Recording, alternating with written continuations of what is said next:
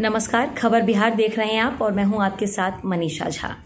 बिहार में विधानसभा चुनाव बेहद नज़दीक है। देखिए, बिहार में दो चीज़ों से अभी लड़ना है।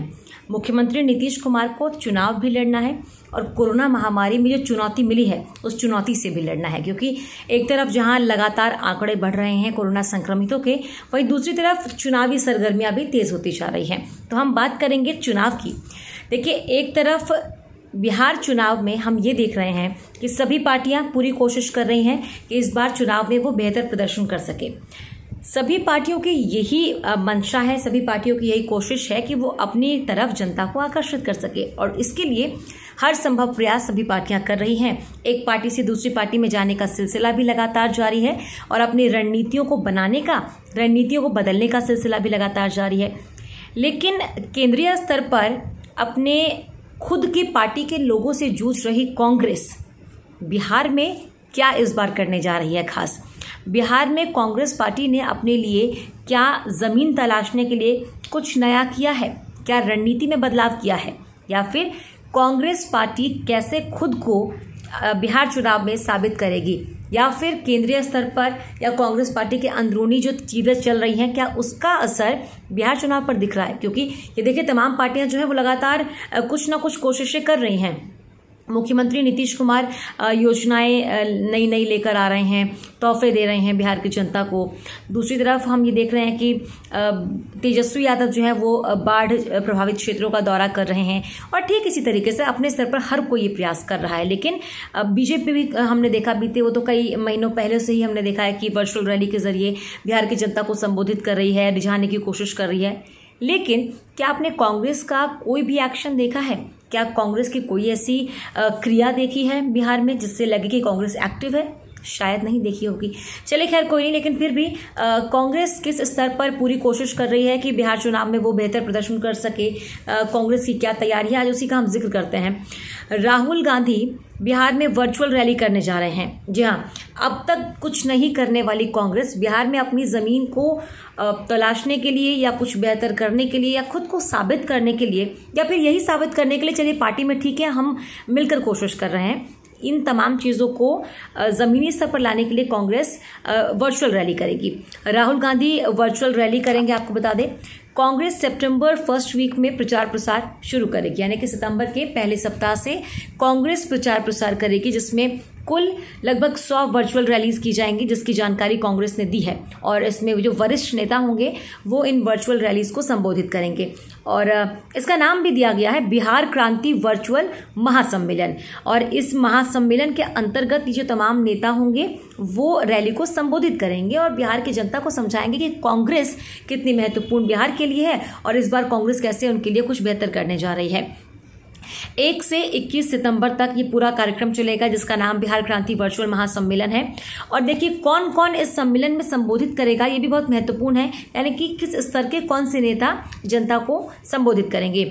1 से 21 सितंबर तक ये पूरा कार्यक्रम चलेगा, जहां दिल्ली से 2 नेता, यानी कि 2 बड़े नेता या केंद्र में जो अपना दमखम रखते हैं, कुछ ऐसे बड़े चेहरे केंद्र के, वो दिल्ली से 2 नेता जाएंगे प्रचार प्रसार करने या वर्चुअल रैली के जरिए करेंगे। 5 राज्य स्तरीय नेता वर्चुअल रैली के जरिए संबोधित करेंगे बिहार की जनता को। 10 जिला स्तरीय नेता संबोधित करेंगे बिहार की जनता को। तो ये एक मोटा मोटी एक ओवरऑल जो रूट मैप है, जो पूरा प्लानिंग है कांग्रेस का, ये है। और इसके अलावा मिस कॉल कैंपेन भी चलाई जाएगी बिहार कांग्रेस की तरफ से, जिसके जरिए वो जनता को संबोधित करने की, जनता को अपनी ओर आकर्षित करने की, बिहार की जनता को कांग्रेस के प्रति रिझाने की, ये तमाम प्रयास किए जाएंगे। लेकिन कांग्रेस पार्टी का क्या अस्तित्व बिहार में है और किस तरीके से और रणनीतियां बनाई गई हैं टिकट बंटवारे को लेकर, पार्टी में जो रणनीतियां बनाई जाएंगी उसको लेकर क्या कुछ और किया जा रहा है, उसका भी हम जिक्र कर लेते हैं। कांग्रेस ने गठबंधन से टिकट बंटवारे के लिए एक स्क्रीनिंग कमेटी तैयार की है।